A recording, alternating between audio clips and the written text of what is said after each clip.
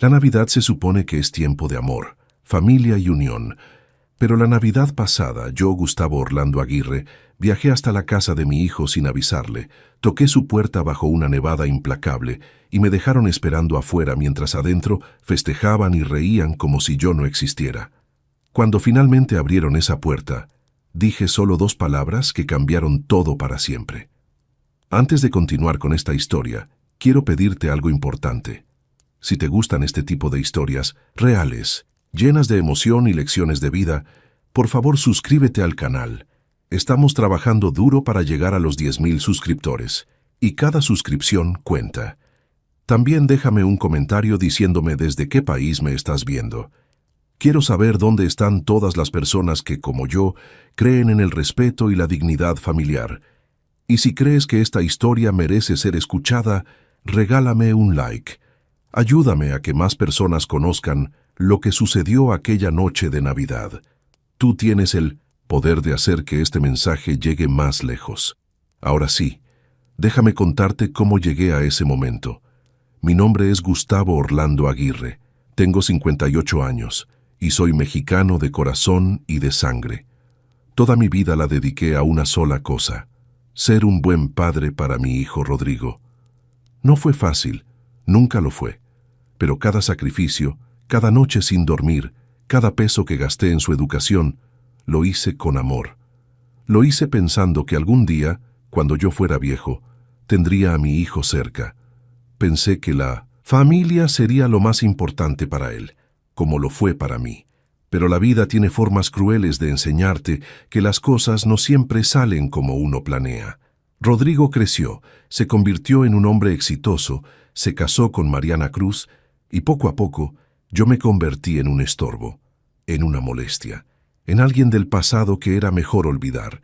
Durante meses intenté comunicarme con él. Llamadas que no contestaba, mensajes que leía pero ignoraba, invitaciones rechazadas con excusas vacías. Estoy ocupado, papá. Tenemos compromisos, papá. Tal vez otro día, papá. Entonces decidí que esta Navidad sería diferente. No iba a esperar una invitación que nunca llegaría. Tomé un autobús, viajé horas bajo el frío de diciembre, llegué hasta su casa en una zona residencial que yo ayudé a pagar y toqué a su puerta con el corazón lleno de esperanza. Pero lo que encontré del otro lado de esa puerta me rompió el alma de una manera que jamás imaginé, porque mientras yo temblaba de frío afuera, con la nieve cayendo sobre mi cabeza, adentro escuchaba música, risas, voces alegres brindando. Mi hijo estaba ahí, su esposa estaba ahí, y yo, su padre, el hombre que lo dio todo por él, estaba parado como un mendigo en su entrada. ¿Y sabes qué fue lo peor de todo? Que cuando finalmente abrieron esa puerta, no vi amor en sus ojos, vi incomodidad, vi molestia, vi vergüenza, y fue en ese momento que pronuncié esas 2 palabras. Pero antes de decirte cuáles fueron, necesitas entender toda la historia. Necesitas saber quién soy yo, qué hice por mi hijo y cómo llegamos a ese punto de quiebre. Nací en un barrio humilde de la Ciudad de México. Mi padre era albañil y mi madre vendía tamales en el mercado. Crecí viendo cómo se rompían la espalda por darnos de comer a mis hermanos y a mí. Aprendí desde niño que en esta vida nada es regalado, que todo se gana con esfuerzo, sudor y dignidad. Cuando tenía 24 años, conocí a Rosa, la mujer más hermosa que había visto en mi vida. Nos casamos, jóvenes, llenos de sueños. Al año nació Rodrigo, y recuerdo que cuando lo tuve en mis brazos por primera vez, hice una promesa silenciosa. Este niño tendría todo lo que yo nunca tuve. Estudiaría en buenas escuelas, tendría oportunidades. No cargaría bultos de construcción a los 14 años como yo lo hice. Trabajé en todo lo que pude. Fui mesero, chofer, guardia de seguridad, vendedor. A veces tenía 2 empleos al mismo tiempo. Rosa y yo nos turnábamos para cuidar a Rodrigo. Vivíamos en un departamento pequeño, pero estaba lleno de amor. Cada noche, sin importar cuán cansado estuviera, yo le leía cuentos a mi hijo. Le enseñaba sobre el respeto, sobre valores, sobre ser un hombre de bien. Cuando Rodrigo tenía 6 años, Rosa murió en un accidente de tráfico. El mundo se me derrumbó. Mi esposa, mi compañera, la madre de mi hijo, se fue en un instante. Rodrigo quedó destrozado, y yo también, pero no podía darme el lujo de quebrarme. Tenía un hijo que dependía de mí. Así que seguí. Adelante, solo, sin ayuda de nadie. Me convertí en padre y madre al mismo tiempo. Levantaba a Rodrigo, le preparaba el desayuno, lo llevaba a la escuela, iba a trabajar, regresaba corriendo para recogerlo. Hacíamos la tarea juntos, cenábamos, y antes de dormir siempre le decía: «Te amo, hijo, todo lo que hago es por ti». Y él me abrazaba y me decía: «Te amo, papá, eres el mejor papá del mundo». ¿Sabes lo que es escuchar esas palabras de tu hijo? Es lo que te da fuerzas para seguir, cuando el cuerpo ya no puede más. Rodrigo era un niño inteligente, aplicado, respetuoso, me llenaba de orgullo. Cuando terminó la preparatoria con excelentes calificaciones, supe que tenía que hacer todo lo posible para que estudiara en la universidad. Pero no teníamos dinero, así que pedí préstamos, vendí el coche que tanto me había costado comprar, acepté turnos nocturnos que destrozaban mi salud, pero lo logré. Rodrigo entró a estudiar administración de empresas en una universidad privada. Durante esos 4 años, yo viví con lo mínimo. Comía lo más barato. No compré ropa nueva. No salí a ningún lado. Cada peso que ganaba iba directo a la educación de mi hijo, a sus libros, a su transporte, a su comida. Rodrigo se graduó con honores. Consiguió un trabajo excelente en una empresa internacional. Yo estaba tan orgulloso que lloré el día de su graduación. Todas las noches sin dormir habían valido la pena. Mi hijo había logrado lo que yo nunca pude. Poco después, conoció a Mariana Cruz, una mujer de familia acomodada, bonita, educada. Al principio me cayó bien. Parecía inteligente y ambiciosa. Rodrigo estaba enamorado, y yo me alegraba por él. Se casaron en una boda hermosa que yo ayudé a pagar, aunque ellos no necesitaban mi dinero. Pero quería contribuir. Era mi único hijo, mi única familia. Compraron una casa en una zona residencial. Rodrigo ascendió en su trabajo. Mariana también tenía una buena posición. Económicamente, les iba muy bien. Yo seguía trabajando, ya más viejo, más cansado, pero feliz de ver a mi hijo triunfar. Al principio me visitaban. Íbamos a comer juntos. Rodrigo me llamaba para contarme cosas, pero con el tiempo, esas llamadas se fueron espaciando. Las visitas se hicieron menos frecuentes. Las excusas se volvieron más comunes. Es que tenemos mucho trabajo, papá. Es que los fines de semana tenemos compromisos sociales. Es que estamos muy ocupados. Y yo entendía. O al menos trataba de entender.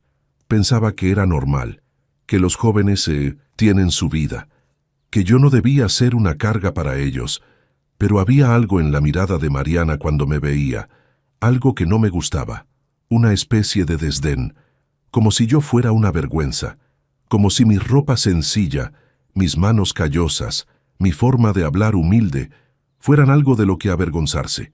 Y lentamente, muy lentamente, comencé a darme cuenta de algo terrible. Mi hijo se estaba alejando de mí, y no sabía cómo detenerlo. El distanciamiento no fue de un día para otro, fue gradual, como una herida que se abre poco a poco, hasta que un día te das cuenta de que estás sangrando y ya es demasiado tarde. Al principio fueron cosas pequeñas. Llamaba a Rodrigo y tardaba días en devolverme la llamada. Cuando finalmente lo hacía, la conversación era breve, cortante, como si tuviera prisa por colgar. «Perdón, papá, estoy en una junta». «Perdón, papá, voy saliendo». Siempre una disculpa, pero nunca tiempo para su padre. Intenté visitarlos sin avisar un par de veces. La primera vez, Rodrigo me recibió, pero noté tensión. Mariana apenas me saludó. Se quedó en la cocina todo el tiempo que estuve ahí. La casa era hermosa, moderna, llena de cosas caras. Y yo, sentado en su sala elegante con mi ropa gastada, me sentí fuera de lugar, como un intruso en la vida de mi propio hijo. «Papá, la próxima vez avísame antes de venir, ¿sí?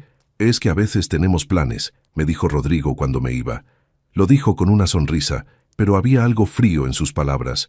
La segunda vez que intenté visitarlos sin avisar, directamente no abrieron la puerta. Vi el coche de Rodrigo estacionado afuera. Escuché la televisión encendida adentro. Toqué varias veces. Nada. Me quedé ahí parado 10 minutos, sintiéndome como un tonto, hasta que finalmente me fui. Esa noche lloré en mi departamento vacío. No lo podía creer. Mi hijo me había ignorado deliberadamente. El niño que yo crié, al que le di todo, había fingido no estar en casa para no recibirme. Traté de justificarlo en mi mente. Tal vez estaban dormidos. Tal vez no escucharon. Pero yo sabía la verdad. Simplemente no quisieron abrirme. Los meses pasaron y las cosas empeoraron. Dejé de ser invitado a las reuniones familiares. Me enteré por Facebook que habían hecho una cena de acción de gracias con los padres de Mariana, sus hermanos, primos. En las fotos se veían felices, brindando, riendo. Yo no estaba ahí, ni siquiera sabía que habían hecho esa cena. Le mandé un mensaje a Rodrigo. Hijo, vi las fotos de la cena. Se ve que la pasaron bien. Hubiera sido lindo estar ahí con ustedes. Me respondió 2 días después. Perdón, papá, fue algo de último momento. La próxima te avisamos. Pero la próxima nunca llegó. En Navidad de hace 2 años me invitaron a su casa. Pensé que tal vez las cosas estaban mejorando. Llegué con regalos para ellos. Nada costoso, porque no tengo mucho dinero, pero regalos con cariño. Un suéter para Rodrigo. Un juego de toallas bonitas para Mariana. Cuando abrieron mis regalos, vi la decepción en sus caras. Mariana forzó una sonrisa y dijo, «¡Ay, qué lindo, Gustavo, gracias!» Pero el tono era condescendiente, como cuando le hablas a un niño pequeño. Luego abrieron los regalos que se habían dado entre ellos. Relojes caros, ropa de marca, perfumes importados, y ahí estaba yo con mis regalos humildes, sintiéndome miserable. Durante la cena, hablaron de viajes que habían hecho a Europa, de restaurantes exclusivos donde habían comido, de gente importante que conocían. Yo traté de participar en la conversación, contar anécdotas de mi trabajo, pero noté que Mariana ponía los ojos en blanco. Rodrigo cambiaba de tema rápidamente, como si lo que yo decía no tuviera valor. En un momento, comenté algo sobre mi infancia pobre, sobre cómo mi madre vendía tamales. Era una historia que siempre le había gustado a Rodrigo cuando era niño. Pero esa noche, Mariana soltó una risa incómoda y dijo, «Ay, Gustavo, siempre con las mismas historias del pasado». Rodrigo no me defendió. Solo se quedó callado mirando su plato. Me fui de esa cena con el corazón roto. Mi hijo se avergonzaba de mí, de mi humildad, de mis orígenes, de todo lo que yo era. Después de eso, dejé de insistir tanto. Me dolía demasiado el rechazo. Esperaba que ellos me buscaran, pero no lo hicieron. Mi cumpleaños número 57 pasó sin una llamada de Rodrigo, ni un mensaje, nada. 3 días después me escribió, «Perdón, papá, se me pasó tu cumpleaños. He estado muy ocupado». Como si olvidar el cumpleaños de tu padre fuera algo normal. Llegó el día del padre. Ese día esperé. Me quedé en casa todo el día, con el teléfono en la mano esperando que sonara, que mi hijo, el único hijo que tengo, me llamara para felicitarme, para decirme que me amaba, para recordar todo lo que hice por él. El teléfono nunca sonó. En la noche le escribí, «Hijo, hoy es día del padre». Me respondió 1 hora después, «Cierto, papá. Feliz día, un abrazo, un abrazo». Eso fue todo. Ni una llamada, ni una visita. Solo 2 palabras frías, en un mensaje de texto. Fue en ese momento que algo se rompió dentro de mí. Una parte de mi corazón que todavía tenía esperanza, que todavía creía que las cosas podían volver a ser como antes, murió ese día. Me pregunté 1 y 1000 veces qué había hecho mal. ¿Fui demasiado insistente? ¿Demasiado presente? ¿Mi humildad era tan vergonzosa que mi propio hijo ya no quería saber de mí? Hablé con algunos amigos, gente de mi edad que también tiene hijos. Me dijeron que es común, que los hijos se alejan cuando forman sus propias familias. Pero yo veía a otros padres en el parque con sus hijos adultos, con sus nietos. Los veía reír juntos, abrazarse, y yo sentía una envidia que me carcomía por dentro, porque yo no tenía eso. Yo tenía un hijo que me trataba como una obligación molesta, como alguien del pasado que era mejor olvidar. Los meses pasaron, el año pasó, y llegó diciembre de nuevo. Navidad. La época del año que se supone es de familia. Esperé una invitación que nunca llegó.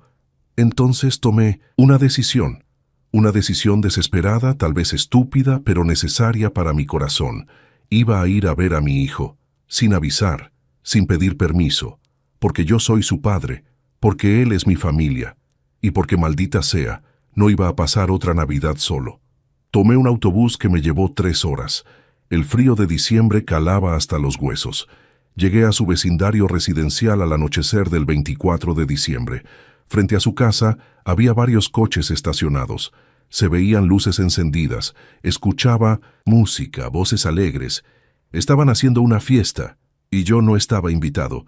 Con el corazón latiéndome fuerte, caminé hasta su puerta. Y toqué. Toqué el timbre una vez, luego otra. Las voces adentro continuaban, las risas no se detenían. Escuchaba claramente la voz de mi hijo, esa voz que conocía desde que era un bebé, hablando animadamente con otras personas. Volví a tocar, esta vez más fuerte, más insistente. La música bajó de volumen un poco. Escuché pasos acercándose a la puerta. Luego se detuvieron. Hubo silencio. Supe en ese momento que estaban mirando por la mirilla, que sabían que era yo. Pasaron 10 segundos, 20, 30. No abrieron. El frío me calaba hasta los huesos. Había comenzado a nevar ligeramente, esos copos pequeños que se pegan en el cabello y la ropa. Me subí el cuello del abrigo viejo que llevaba, ese que había comprado hace años en un tianguis y que ya estaba gastado, pero era el único que tenía para el invierno. Toqué de nuevo, esta vez golpeando con los nudillos más fuerte. No iba a irme, no esta vez. «Rodrigo, soy yo, tu padre, ábreme, por favor». Más silencio. Pero ahora las voces adentro se habían apagado casi por completo.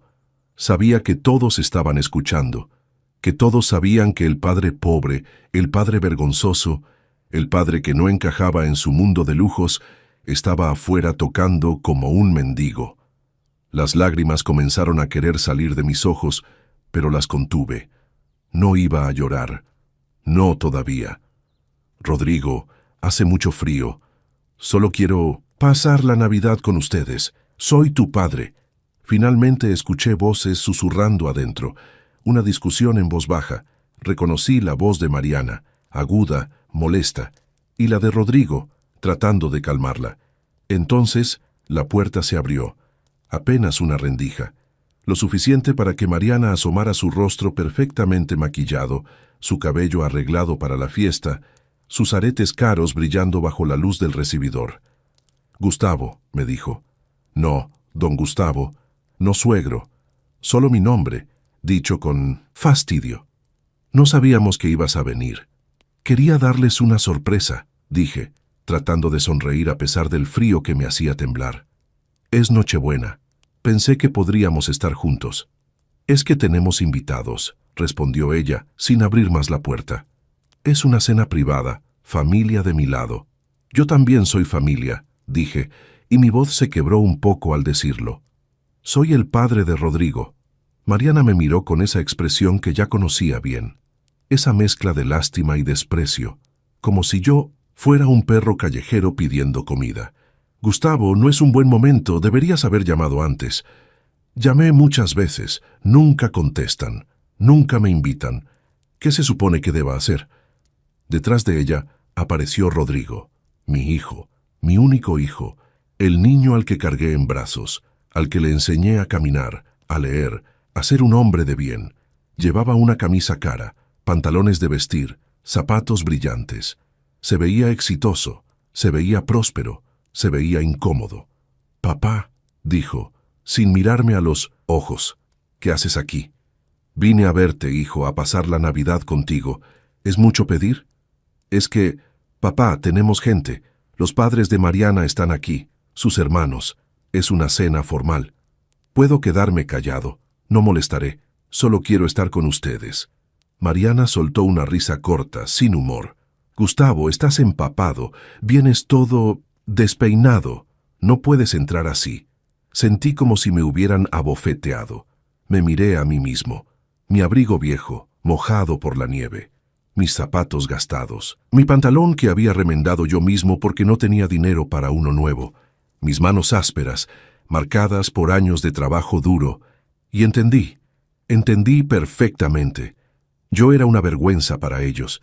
Mi pobreza, mi humildad, mi apariencia, todo lo que yo era, les daba pena. Rodrigo, dije, mirando directo a mi hijo, yo te crié, te di todo. Trabajé día y noche para que tú pudieras tener lo que yo nunca tuve, y ahora me vas a dejar afuera en la nieve porque tu esposa dice que vengo despeinado. Rodrigo bajó la mirada. Por un segundo, solo un segundo, vi un destello de algo en sus ojos. ¿Culpa? ¿Vergüenza? Pero Mariana puso su mano en el brazo de él, posesiva, controladora. Rodrigo y yo tenemos una vida ahora, dijo ella con frialdad. Una vida que construimos juntos. Y no podemos estar siempre arrastrando el pasado. Arrastrando el pasado. Eso era yo para ella. Un lastre.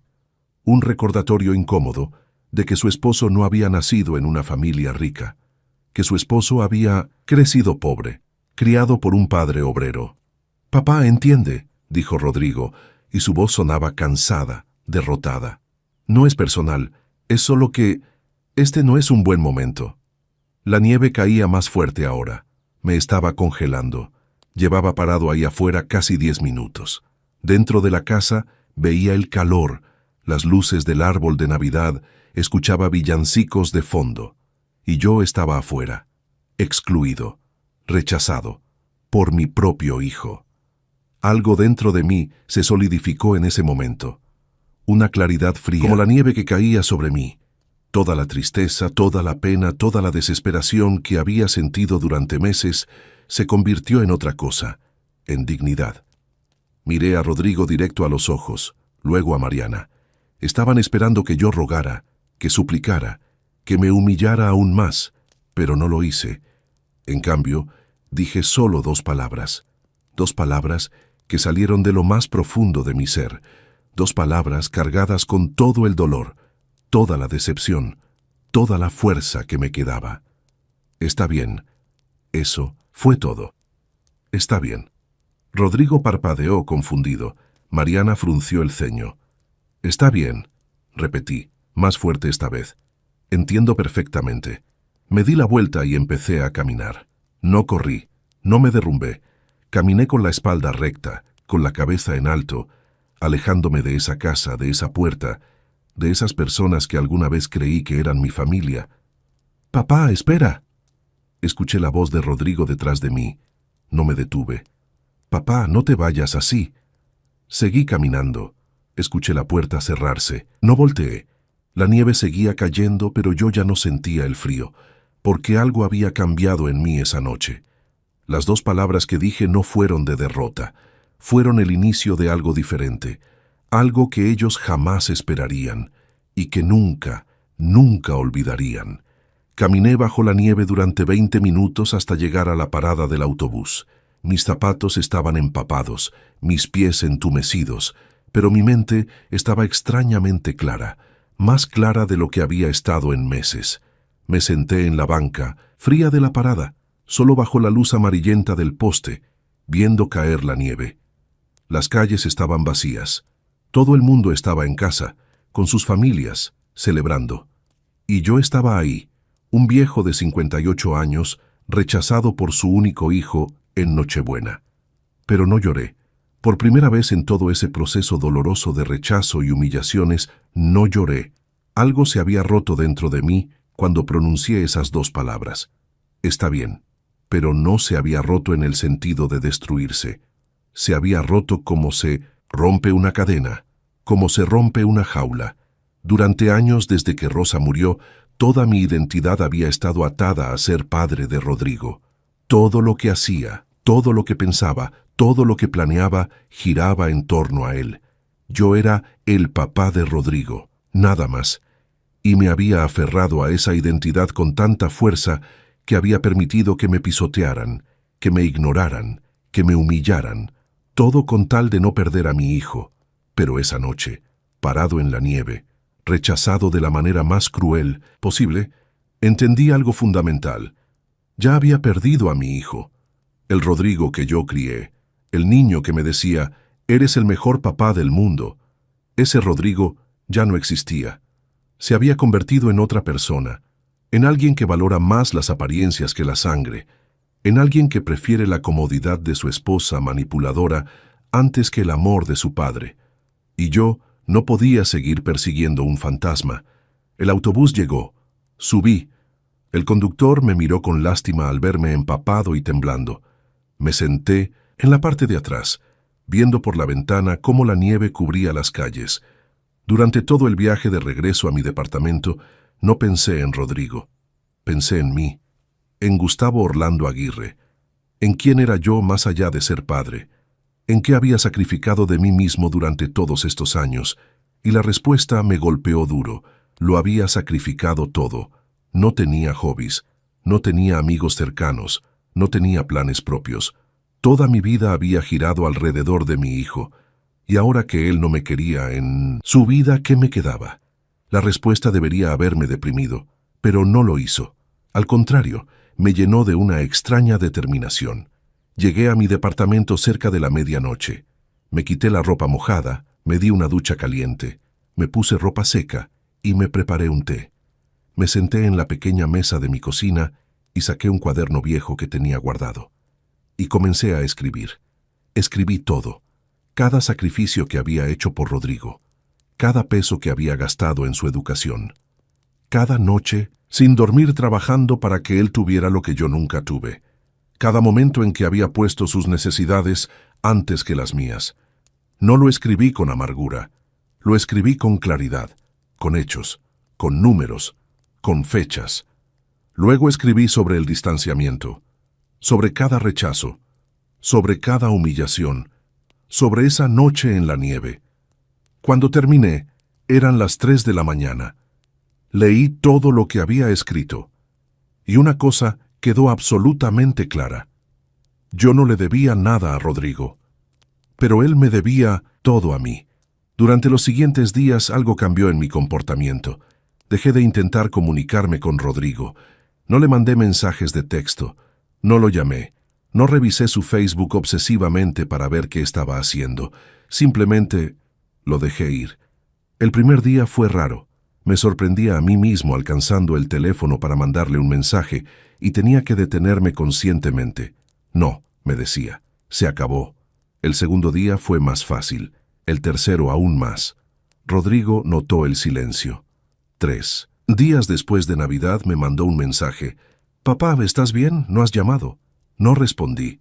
Me mandó otro mensaje al día siguiente. «Papá, no te enojes, entiendo que te molestaste, pero fue un malentendido». No respondí. Una semana después, me llamó. Dejé que sonara hasta que fue al buzón de voz. Me dejó un mensaje. «Papá, contesta por favor. Estamos preocupados. Estamos preocupados». Qué interesante. Ahora que yo no estaba persiguiéndolo, él estaba preocupado. Ahora que yo no estaba rogando por su atención, él quería saber de mí. Pero no le contesté. Usé ese tiempo para mí. Comencé a caminar todas las mañanas en el parque. Conocí a otros señores de mi edad que también iban a caminar. Formamos un pequeño grupo. Hablábamos de fútbol, de política, de la vida. Ninguno de ellos conocía mi historia con Rodrigo. Para ellos, yo era solo Gustavo, un tipo agradable que hacía buenos chistes. Me inscribí en un taller de carpintería en el centro comunitario. Siempre me había gustado trabajar con las manos, pero nunca había tenido tiempo para hobbies. Ahora lo tenía. Descubrí que era bueno. Hice una pequeña repisa de madera que quedó hermosa. Comencé a cocinar recetas nuevas. Durante años había comido lo mismo, cosas rápidas y baratas porque nunca me importó darme gusto. Pero ahora cocinaba para mí, para disfrutar, para vivir. Y algo asombroso pasó. Por primera vez en años me sentí en paz. No feliz todavía. El dolor seguía ahí, enterrado profundo, pero en paz, tranquilo. Ya, no tenía esa ansiedad constante de cuándo me llamará Rodrigo, o por qué no me contesta. Había cortado la cuerda que me ataba a su rechazo. Rodrigo llamó varias veces más. No contesté ninguna. Me mandó mensajes cada vez más insistentes. «Papá, esto es ridículo. Llámame. Papá, ya estuvo bueno del drama. Papá, Si no me hablas voy a ir a tu casa. Esa última amenaza me hizo sonreír amargamente. Ahora sí quería visitarme. Ahora que yo lo ignoraba, ahora sí tenía tiempo para su padre.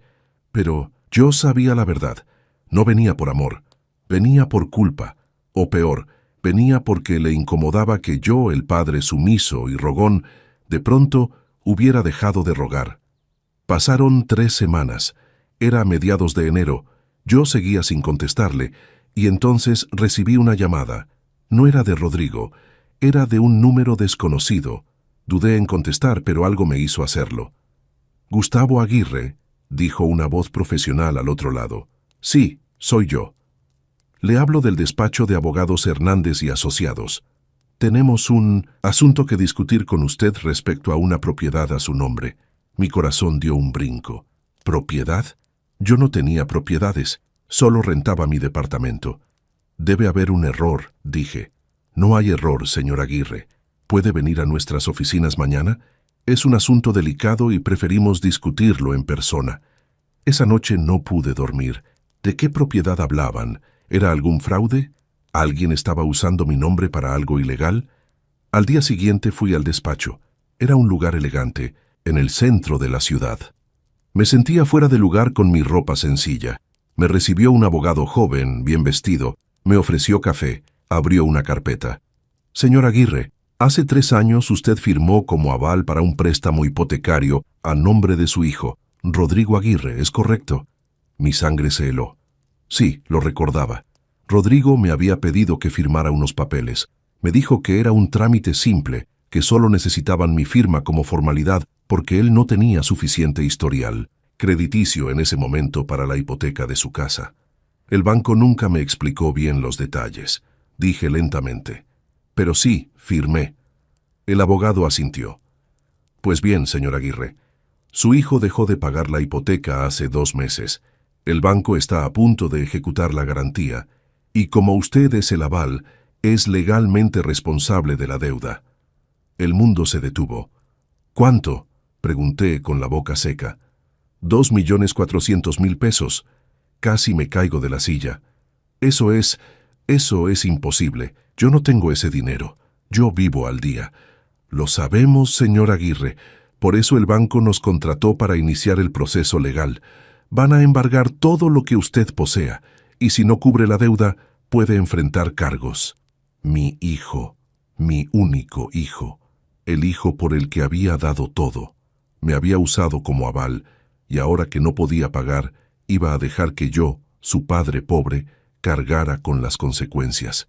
En ese momento, las últimas fibras de amor que quedaban en mi corazón por Rodrigo se convirtieron en otra cosa, en algo frío, calculado, determinado. «Necesito hablar con mi hijo», le dije al abogado.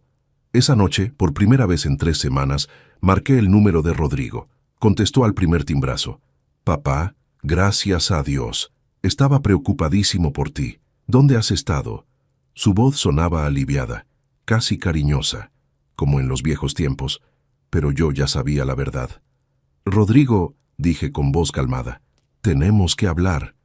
«Por supuesto, papá», dijo Rodrigo, y pude escuchar el alivio en su voz. «Ven mañana a la casa. Podemos cenar juntos, como antes. Mariana va a estar fuera, así que podemos hablar con calma».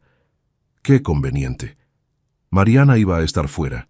Seguramente Rodrigo no quería que ella escuchara la conversación incómoda donde tendría que explicarle a su padre por qué lo había dejado de aval para una deuda millonaria que no podía pagar. «No», dije firmemente. «Nos vemos en un lugar público, en la cafetería del centro, la que está frente al parque, mañana a las 3 de la tarde». Hubo una pausa.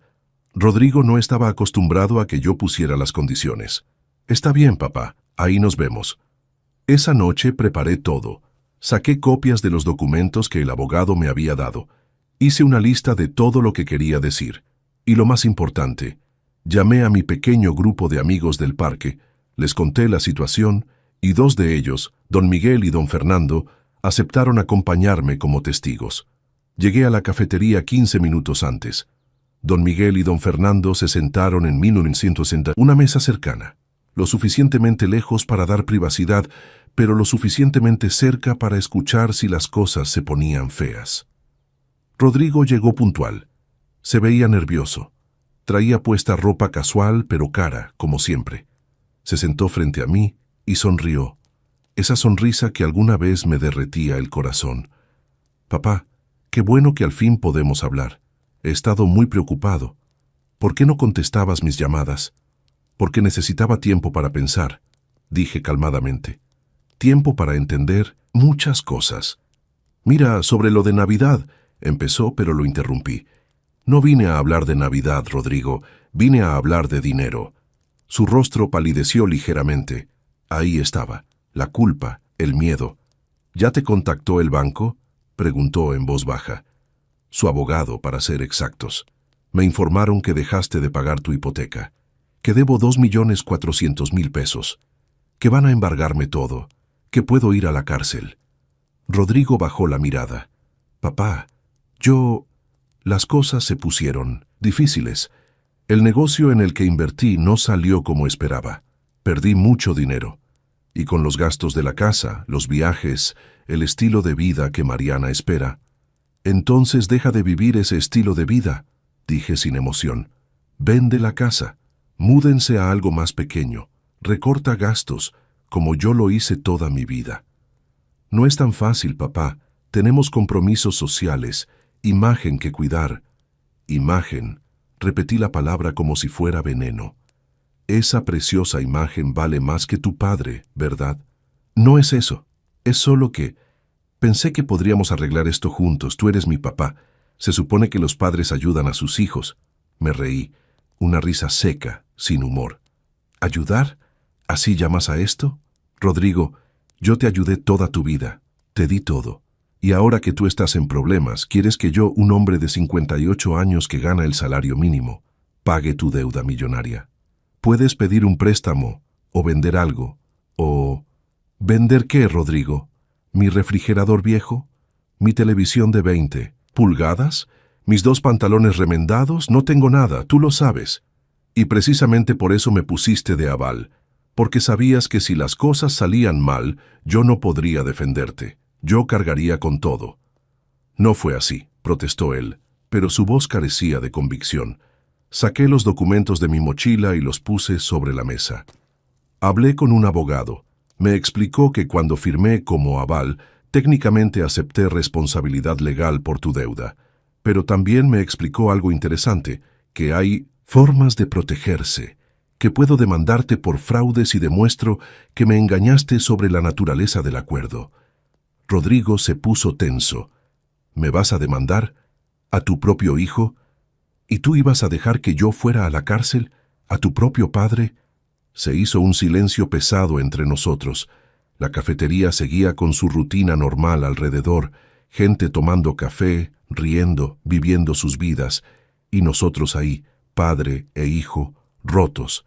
¿Qué quieres, papá?, preguntó Rodrigo finalmente, y había algo duro en su voz ahora. Ya no era el niño arrepentido, era el hombre de negocios calculando daños. Quiero que vendas la casa, dije claramente, que pagues tu deuda, que me saques de ese aval, y que después de eso me dejes en paz. ¿Dejarte en paz? No quiero volver a verte, Rodrigo. No quiero más llamadas, no más mensajes, no más mentiras sobre estar ocupado o tener compromisos. Quiero que desaparezcas de mi vida como yo desaparecí de la tuya. Vi el impacto de mis palabras en su rostro. Por primera vez en años, vi una emoción real en sus ojos. ¿Dolor? ¿Sorpresa? No podía estar seguro. No puedes hablar en serio. Hablo completamente en serio.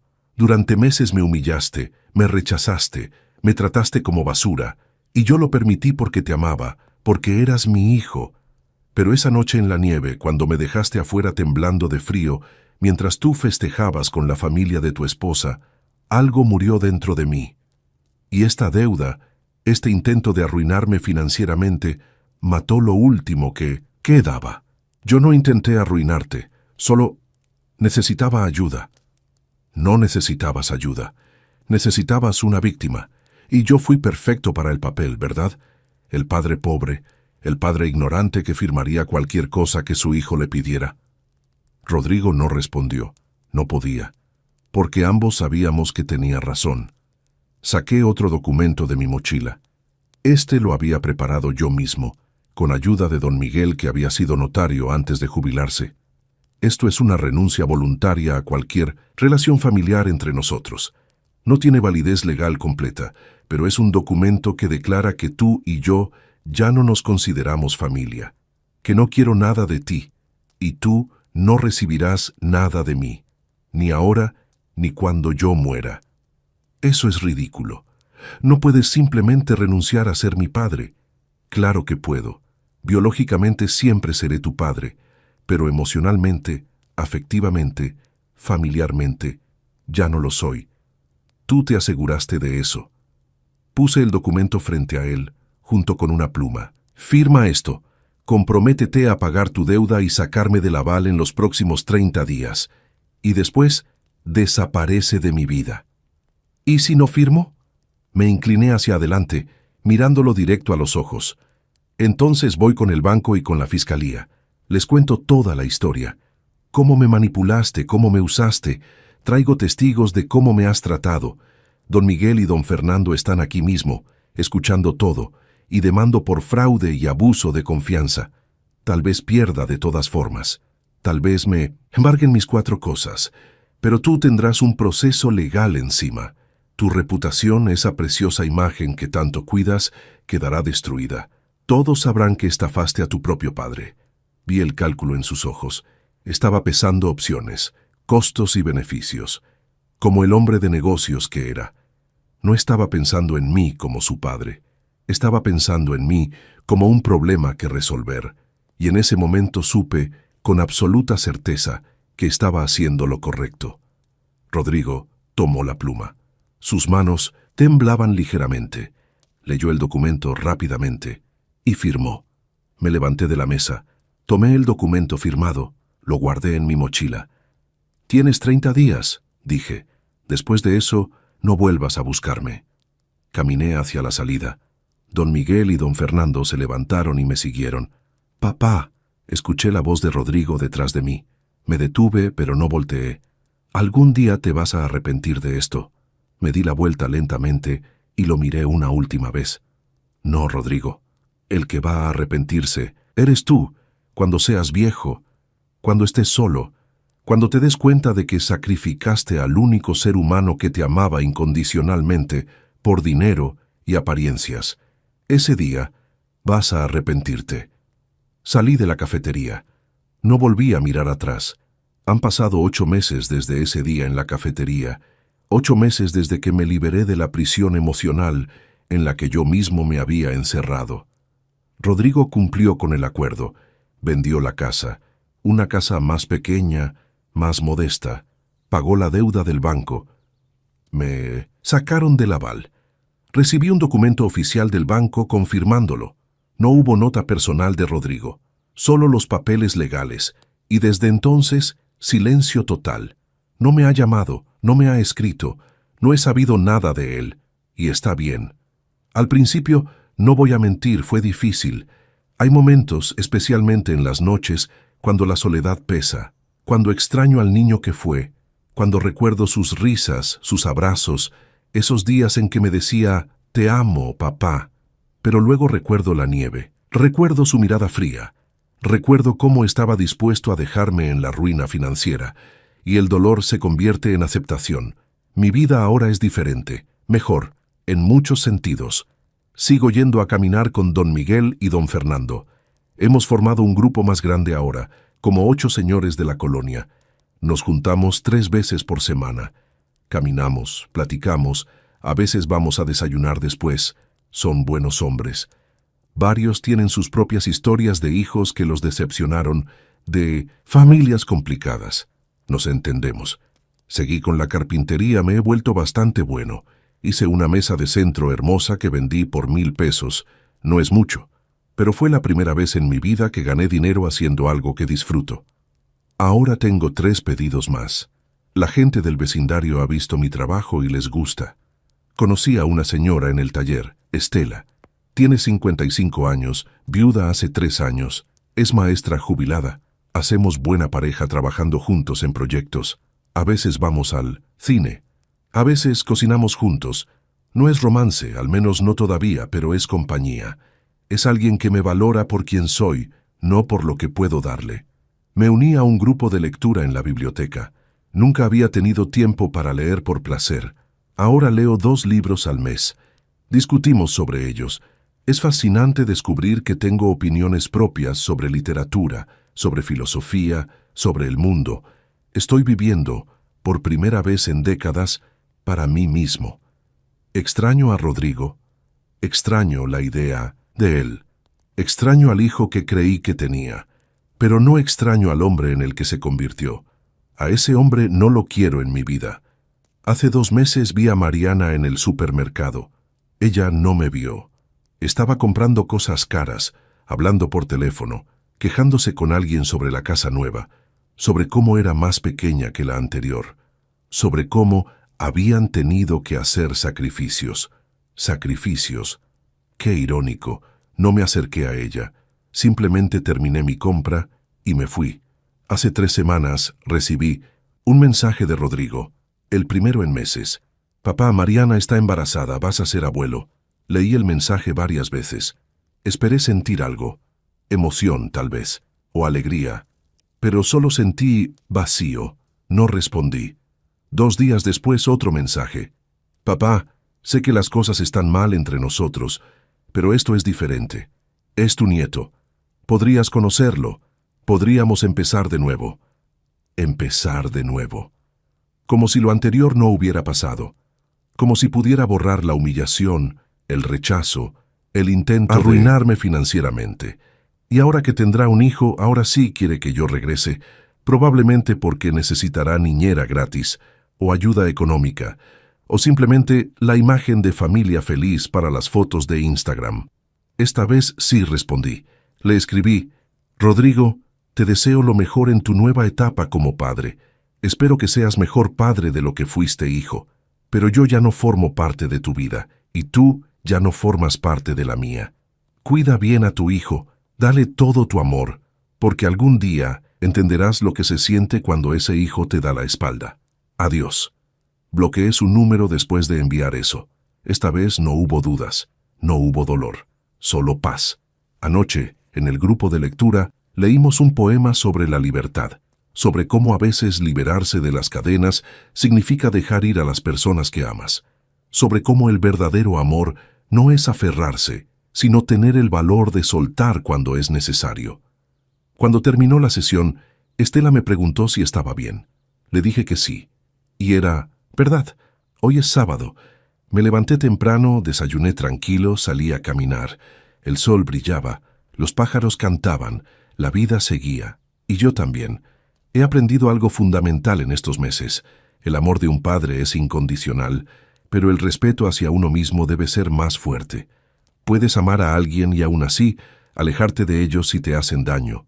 No es egoísmo, es supervivencia emocional. Les digo a ustedes, que me han escuchado durante este tiempo, si tienen hijos, ámenlos. Denles todo. Pero nunca, nunca permitan que los pisoteen.